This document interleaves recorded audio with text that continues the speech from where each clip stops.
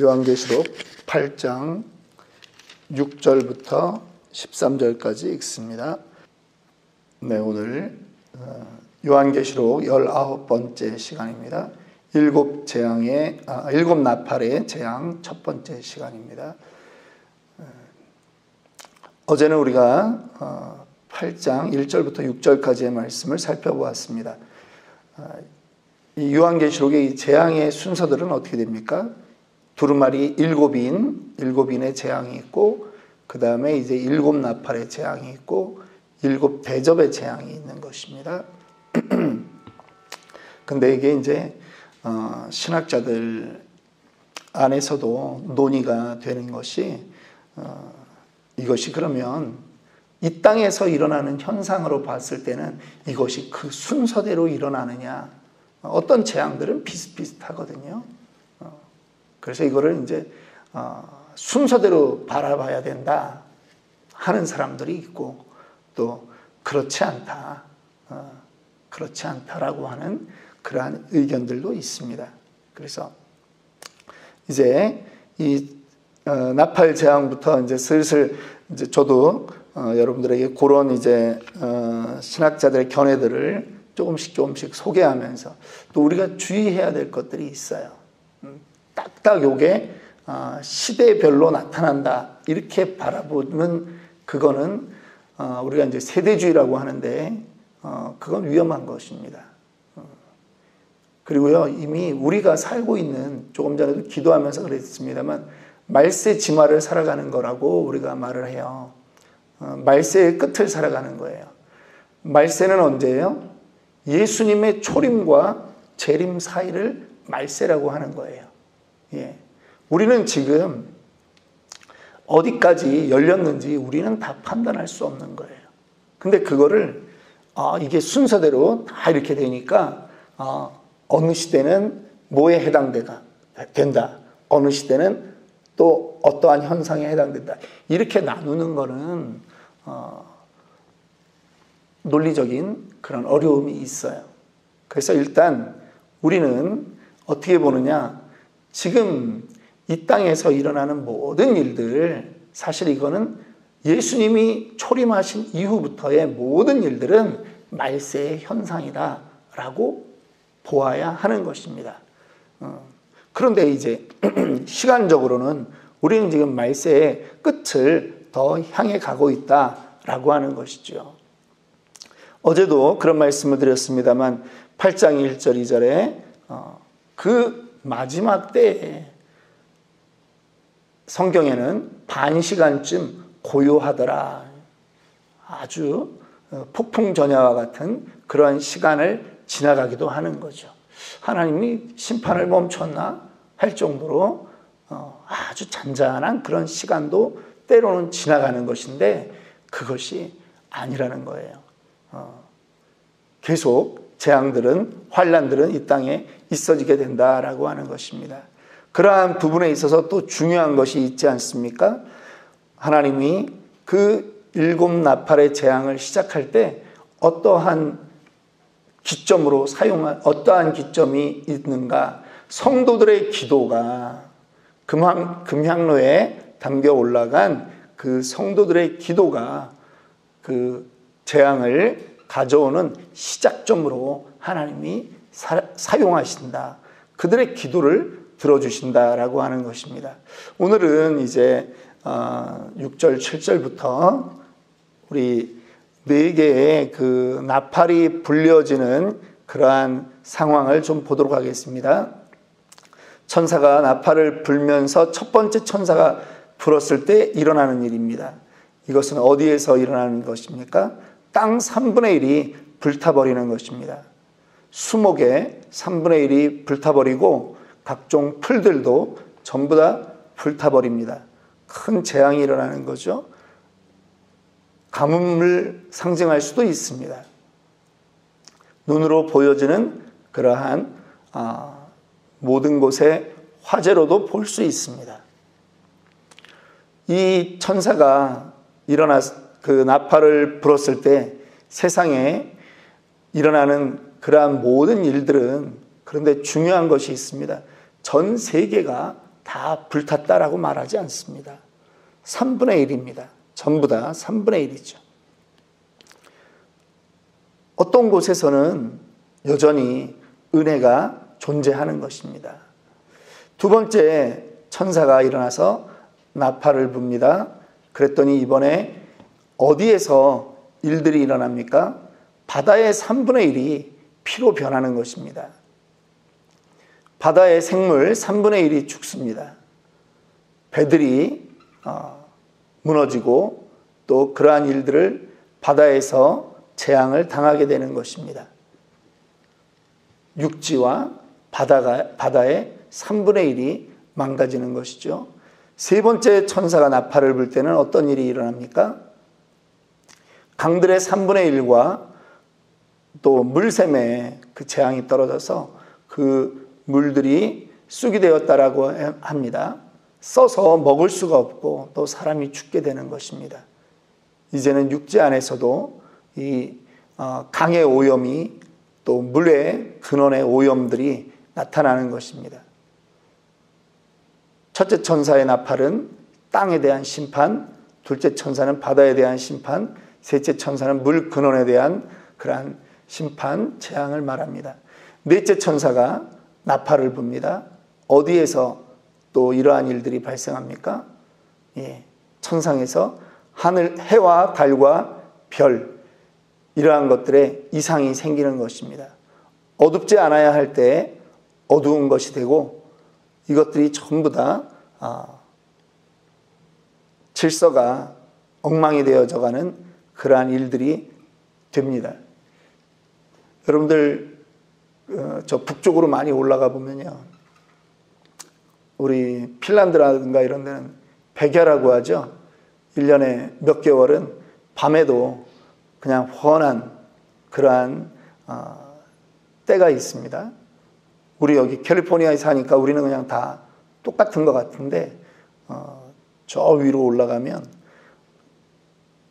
해가 너무 일찍 뜨거나 뭐 여기서는 이제 6시 반, 6시 한 20분에 해가 떠야 되는데 저쪽 위로 올라가면 그게 4시 20분에 뜨거나 그런다라고 하는 거죠.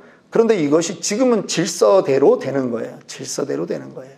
그런데 네 번째 천사가 나팔을 불 때 그러한 것들이 다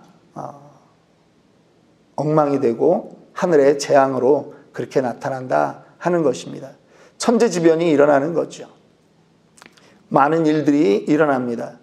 우리가 무엇이라고 말할 수 없지만 우리도 가늠할 수 있는 것들은 있습니다. 쓰나미라든가 지진이라든가 태풍이라든가 천체이변, 그 다음에 바다와 강물의 오염 등등 지금 이 땅에 일어나는 많은 일들이 말세의 현상들로 우리가 바라볼 수 있는 것들이라는 것입니다. 우리는 이러한 상황 속에 살면서 우리는 어떠한 것을 느껴야 될까요?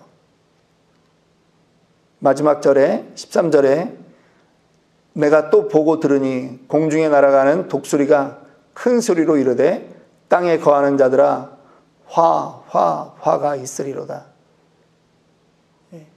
여전히 이 땅에는 재앙들이 남아있다라고 하는 것입니다.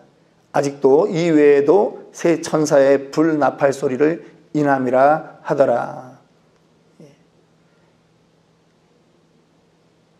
아직도 이 땅에 재앙들이 있습니다.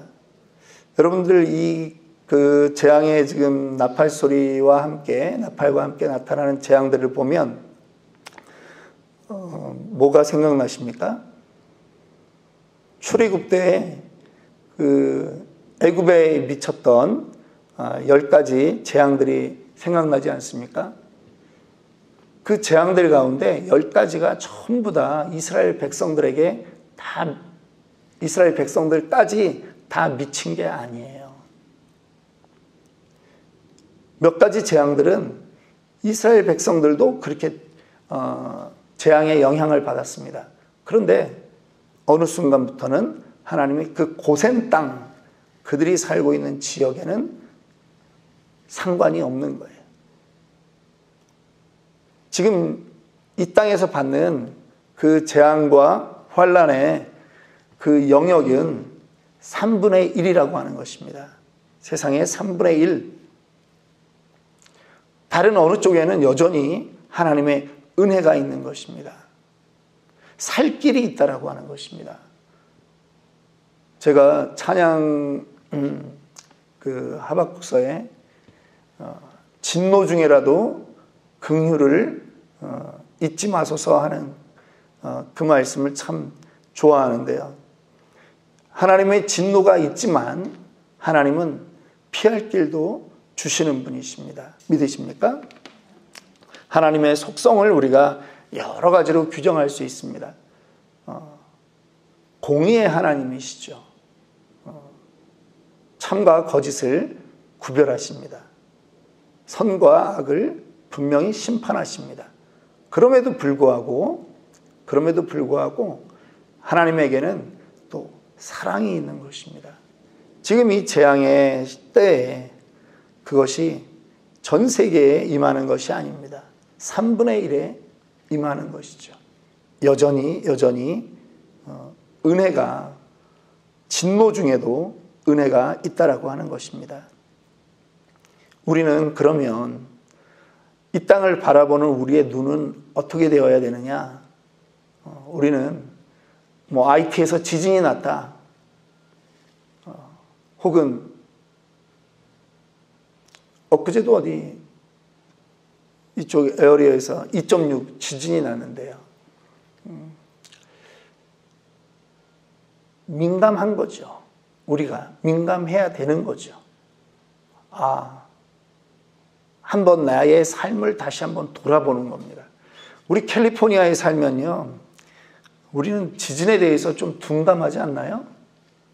또 지진이 생겼네. 마치 저쪽 어딥니까? 플로리다나 조지아주나 이런 데 사는 사람들이 또 토네이도 온대 또 오나 보다. 혹은 다른 비바람이 몰아칠 때 그냥 그러려니 하고 사는 것처럼 우리 캘리포니아에 사는 사람들의 문제는 뭡니까? 한 4.5 이 정도 지진까지는 별로 우린 그냥 한번 흔들렸나 보다 이 정도로 그냥 생각하고 말잖아요. 근데 아니라는 거죠. 그럴 때 우리는 나를 한 번 더 돌아보는 그러한 신앙인이 되어야 된다라고 하는 것입니다. 하나님의 뜻이 어디에 있는지 모르기 때문입니다. 그래서 우리는 이 땅의 현상들에 일희일비할 것은 아니지만 우리는 현상이 일어나면 우리는 나를 돌아보아야 된다라고 하는 것입니다. 만약 그것이 없다면 성경에서 말씀하듯이 그날이 도적같이 임한다고 할 때 우리가 하나님 앞에 얼굴을 들 수 없는 그러한 존재가 된다라고 하는 것이죠. 여러분, 말세의 증상들이 나타나고 현상들이 나타날 때 하나님 이거를 보류하여 주옵소서 그렇게 기도하라고는 성경 어디에도 말하고 있지 않습니다. 그런데 성경이 말하고 있는 것은 깨어 있으라라고 하는 거예요. 아마존이 지금 여러분 아마존이 불타고 있어요. 끄지를 못해요. 아마존을 뭐라고 합니까? 지구의 허파라고 합니다. 그런데 아마존에 불타고 있어요. 그런 뉴스가 들리면 우리는 안타까워해야 되고 다시 우리를 돌아보아야 된다라고 하는 것입니다. 그거를 어느 한 구절하고 또 맞춰서 이게 이것이다 이렇게 말할 것은 아니고 또 여러 증상 중에 하나이기 때문에 우리의 삶을 돌아본다 이런 것이죠. 오늘 이 8장에 나오는 그러한 말씀들은 사실은 저도 그것이 어디에서 일어난 무슨 일과 연관된 거 아니냐 이렇게 하나하나 다 말할 수 있어요. 아니 대한민국만 예를 들면 10몇 년 전에 태안 앞바다에서 유조선이 좌초돼 가지고 그 온 서해안이 다 기름으로 덮인 적이 있지 않습니까? 오염된다. 바다가 오염되고 배들이 파괴되지 않았느냐? 말할 수 있죠. 근데 그게 아니라 그 현상을 보면 우리를 돌아보아야 되는 것이라는 거죠. 그리고 오히려 그 문제에 우리 인간의 죄악이 지금 더 차 올라가고 있는 것은 아닌가 하면서 하나님 앞에 정말 시대를 염려하며 기도하는 우리가 되어야 된다라고 하는 것입니다. 여러분, 그럴 때 이 재앙의 메시지들은 우리에게 은혜가 되는 것입니다. 이 재앙의 메시지가 이 글을 읽는 자와 듣는 자와 이 말씀을 지키는 자가 복되도다라고 말씀했습니다. 계속 그게 이 요한계시록을 이끌어가는 주제입니다. 너희 그렇게 살면 죽는다가 요한계시록의 주제가 아니라요, 계속 이 말씀들을 듣고 읽고 지키는 자가 복되다. 어떻게 하면 오늘 이 6절부터 13절까지의 이 나팔의 징조들을 보면서 우리는 이거를 나에게 복으로 만들 수 있을까? 지금 그 말을 하는 거예요. 우리를 돌아보아야 된다라고 하는 것이죠. 하나님의 심판을 미뤄달라고 말하는 게 복이 아니라 우리가 깨어 있어야 되는 것입니다. 누가복음 21장 36절에 말씀합니다. 이러므로 너희는 장차 올 이 모든 일을 능히 피하고 인자 앞에 서도록 항상 기도하며 깨어 있으라. 믿으십니까? 우리가 이러한 사람이 되어야 하는 것입니다. 장차 일어날 일들을 우리가 꼭 그래서 두려워하는 것이 아니라 하나님의 예언은 이루어지기 때문에 1.1획도 변함없이 이루어지기 때문에 우리는 이 예언의 성취를 우리는 믿고 우리는 기다려야 된다라고 하는 것입니다. 오늘 이 1세기 성도, 1세기 성도의 입장에서 오늘 이 말씀들을 보았을 때 그들은 이 하늘에 별이 떨어진다라고 하는 부분들이라든가 이러한 구절들을 보면은요, 우리와 받는 느낌이 사실은 달라요. 그들은 지금 로마의 압제에 있지 않습니까? 근데 그들이 생각했던 그 하늘의 별, 이런 존재는 별, 해, 달 이런 거는 그 당시에 이 지역을 대표하는 그런 우상들의 상징이었거든요. 그러니까 그것들이 떨어진다라고 할 때 이 1세기 성도, 우리는 지금 그 느낌이 안 오는 거예요, 여러분. 우리는 그 느낌이 안 와요. 뭐 해를 가지고 지금 뭐 누가 섬긴다, 달을 가지고 섬긴다, 별 가지고 섬긴다. 지금 그게 우리 옆에 피부로 와닿지 않잖아요, 이거를 읽으면서. 그런데 1세기 성도들은 뭐냐면 해, 달, 별들을 들을 때 그들은 자기네가 지금 이 살고 있는 이 터키 지역, 에베소 지역, 이 지역에서 이 복음을 받고 소아시아 지역에 살면서 그냥 느낌이 오는 거예요.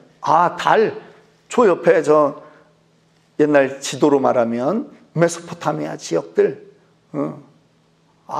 저 세계가 무너지고, 저 별, 로마의 시저가 떨어지고 하는 것이 그들에게는 다가오는 거죠. 그러니까 그들에게는요, 이 복음을 들을 때, 이 말씀을 들을 때 우리와는 참 다른 느낌이 오는 거예요. 오늘 그거를 우리가 정확하게 다 전달하지 못해서 안타까움이 있지만, 그래서 우리는 징조가 일어날 때마다 우리는 하나님의 때가 더 가까이 오겠구나. 우리는 마음의 평강을 잃지 않고 나를 돌아보는 거예요. 그렇게 살았던 믿음의 선조들이 있습니다. 다른 나라 사람 말 안 하고요, 우리나라 믿음의 선배 중에 손양원 목사님이 쓰신 주님 고대가라고 하는 찬양이 있습니다. 일제시대를 살아가고 또 이분은 6.25 때 돌아가셨잖아요. 여순 반란 사건 때 두 아들을 잃었습니다. 그런데 이 전라도 순천 지역에 살면서 이분이 고대하는 게 뭐예요? 예수님이 언제 임하시려나? 주님 언제 오실려나? 그래서 어느 날 이렇게 서쪽 하늘을 보니까 서쪽 하늘에 노을이 새빨갛게 물든 거예요. 이분이 쓴 그 주님 고대가의 한 구절이 그렇잖아요. 서쪽 하늘에 붉은 구름만 봐도 내 주님 언제 오시려나? 그래서 주님 언제 오십니까? 하고 기다리며 그 찬송을 불렀다라고 하는 것 아닙니까? 우리에게 그 기다림이 있습니까? 우리에게는 사실 그분이 당했던 일들보다 더 많은 징조들과 현상들을 우리는 매스컴을 통해서 봅니다. 그런데 안 느껴진다는 거죠. 그게 문제라는 거죠. 요한계시록을 지금 읽어야 되는 이유가 무디어진 우리의 그 마음을 다시 한번 깨우고 하나님 앞에 서야 된다라고 하는 것입니다. 오늘 그러한 은혜가 저와 여러분들에게 있길 원합니다. 현상에 두려워하라는 게 아닙니다. 현상을 보면서 주님을 느껴야 되는 것입니다. 주님을 기다리는 그러한 마음이 회복되기를 원합니다.